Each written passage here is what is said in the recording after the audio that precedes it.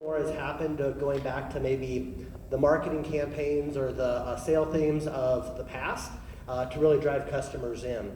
And if I think really about 2023, what might happen with that is, it's going to be a race. I think people are going to shop harder, and they're really going to try to make their dollar stretch more. And so how do we tell them that we are the retailers that they can do that with, and they want to spend their money with us? How do you convey value? I'll come to you guys too, but how do you convey value, right? I mean, it is really about, the price it's going to be what it is, right?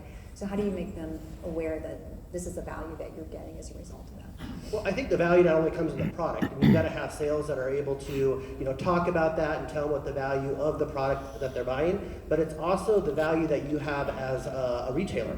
What can you give that are those things that are above and beyond? How do you create a connection with that customer to when they think about their purchases, or they're going to go buy a sofa, or they're going to buy a new dining room table, they're thinking Nebraska Furniture Mart or your guys' retailer. So they've got to think of you first and be first to market with that.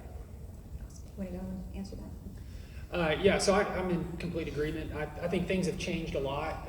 In 2020 and 2021, if a product was in stock, it was selling.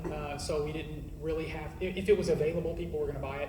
So I think value is key, and I think knowing what the customer's perception of value is. And as we go into this kind of new climate, establishing whether you're a value player or maybe more of a premium player, what does your customer think is value at your location? So for us, we're looking at ancillary add-ons. What are things that we can do that are different from what the competition is doing right now that the customer perceives as value? Because sometimes we can get caught up, I think, in a retailer mindset of this is a value, but we don't really convey that message well. Things have changed pretty dramatically over the last couple of years. What are you going to be focused on in terms of advertising and marketing themes this year? Theme-wise, I think it has to be value and selection. I think that's what it goes back to.